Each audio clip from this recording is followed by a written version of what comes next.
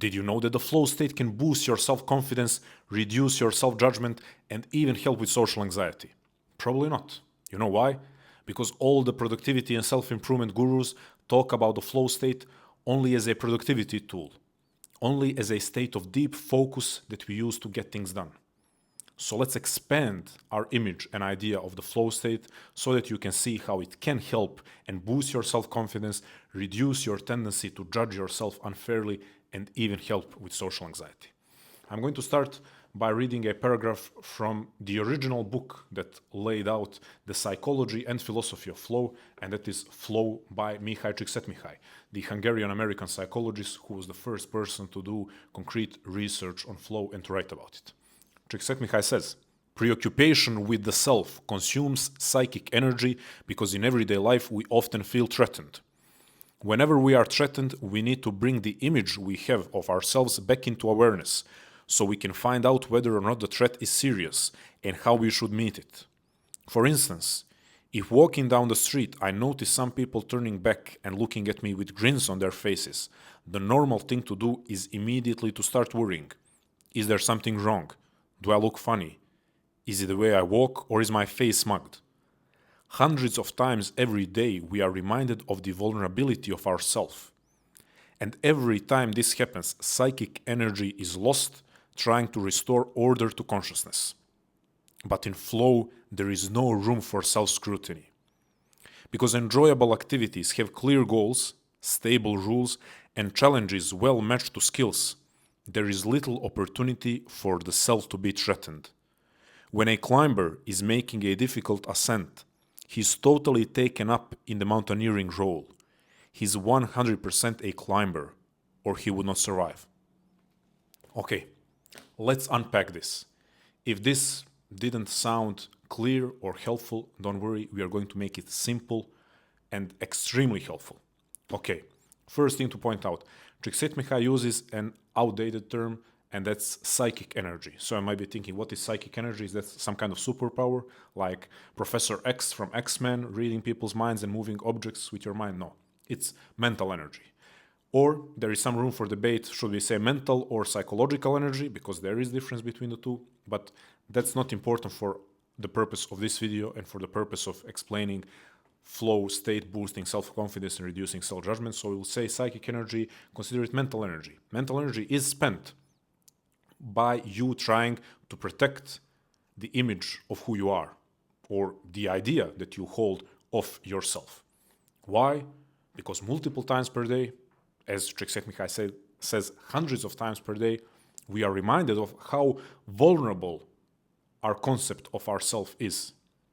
Now, he uses an example that is extreme, and he even says himself, in the case that people are looking at you on the street and making faces and turning around, it is absolutely normal to wonder, is something wrong with how I look? But then he didn't provide us with a way more frequent example where it is not helpful and it is not needed to question ourselves so much, but we still do it. And those are situations where we don't see people turning around on the street looking at us, where we don't see people making faces while looking at us, where outside of ourselves, outside of our minds, nothing obvious is happening. But we are the ones who are, because of different internal dynamics, raising up the question, how am I perceived? This person made a comment that I'm not sure if it was friendly or not. Or this person didn't greet me as with the same enthusiasm like they did last week. Is something wrong? So on and so forth. So those are the more usual, more frequent examples where our self feels under threat, psychological threat.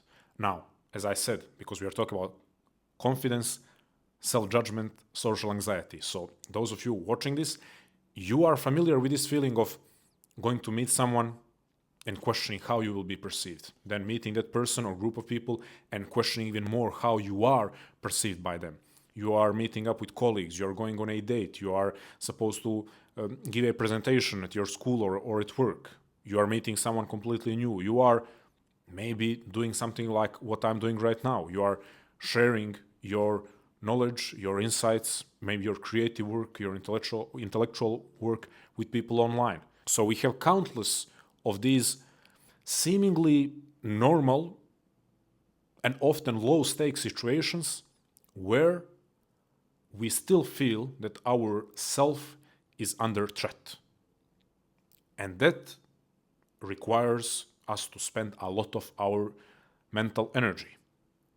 But in the case of the flow state, the situation is different, precisely because the flow state brings order into consciousness, and because the flow-inducing activity has clear structure, and that structure requires our full investment and focus. Because of all of these factors, the flow-inducing activity and the flow state take up almost all of our available mental energy. Or we could use the term psychic energy like Csikszentmihalyi does, which means there is no space in our mind or energy left for self-judgment. Now we have to point to something else that is equally or even more important. This setup of how the flow state doesn't allow for self-judgment because it removes the possibility of you investing energy and focus and attention into self-judgment and self-scrutiny. This setup doesn't mean that the solution to boosting self-confidence, reducing self-judgment, and even dealing with social anxiety is to be in permanent flow state, because that is impossible. So then the question is, okay, then what? Because you cannot be in a permanent flow state. I love the example of the climber. Alex Honnold, I think I'm pronouncing the name correctly, climbed up that giant tower in Taipei, I believe. Do you think that he was able to think about if his ears are too big or if his nose is crooked while climbing up the tower? Do you think he was able to think about his friend disrespecting him a month prior to that on a group dinner? Do you think he was able to doubt whether his partner, I'm not sure if he has a fiancé or a wife or a girlfriend, loves him enough?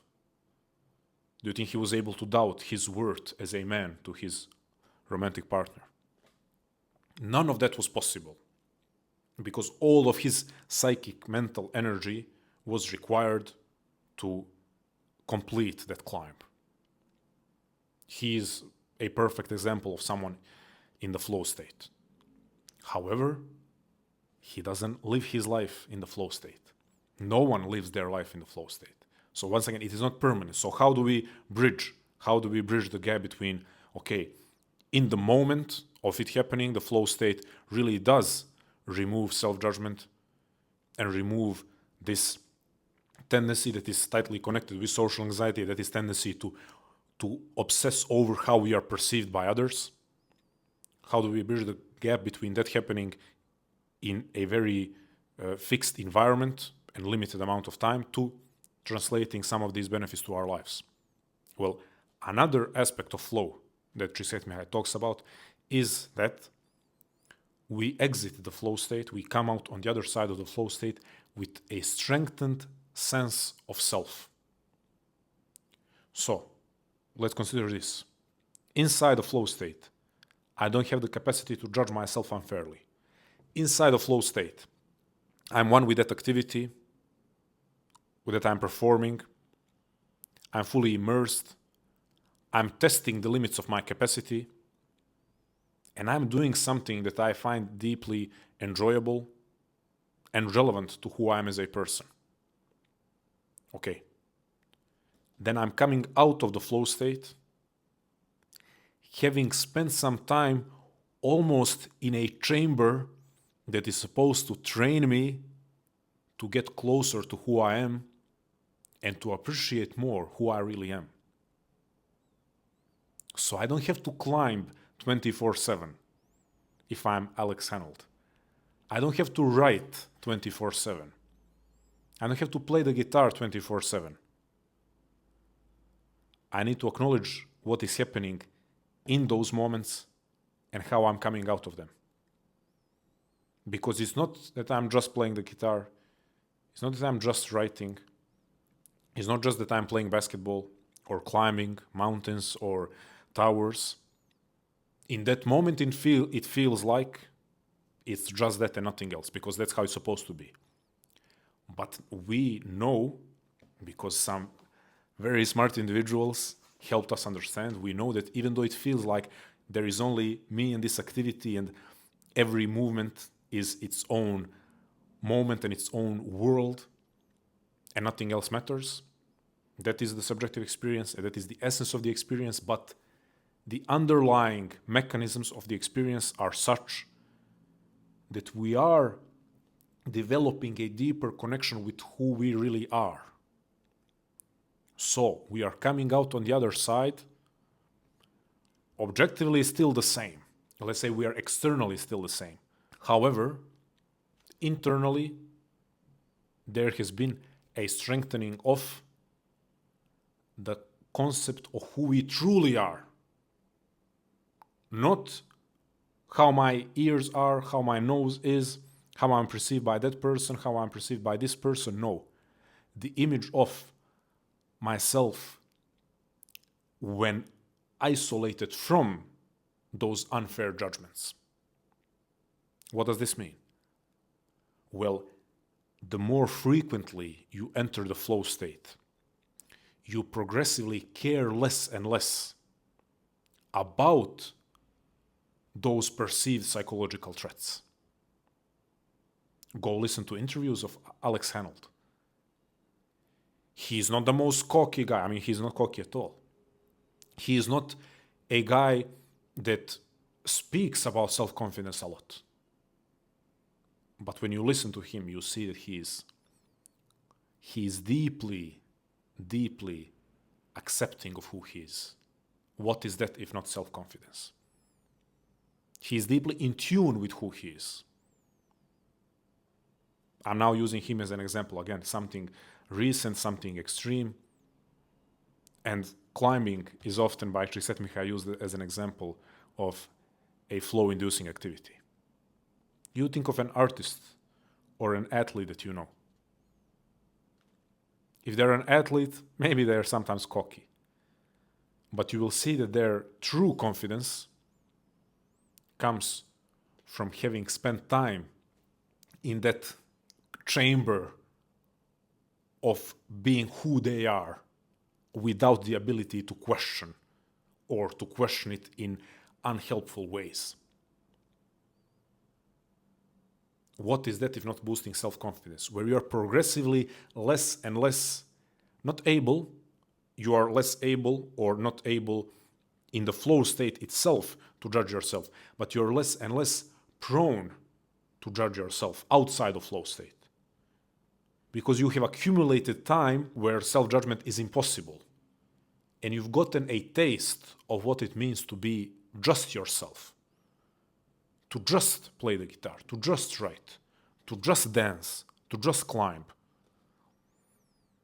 to just play basketball, to just draw. You've gotten a taste of what that is. And let's just point something out.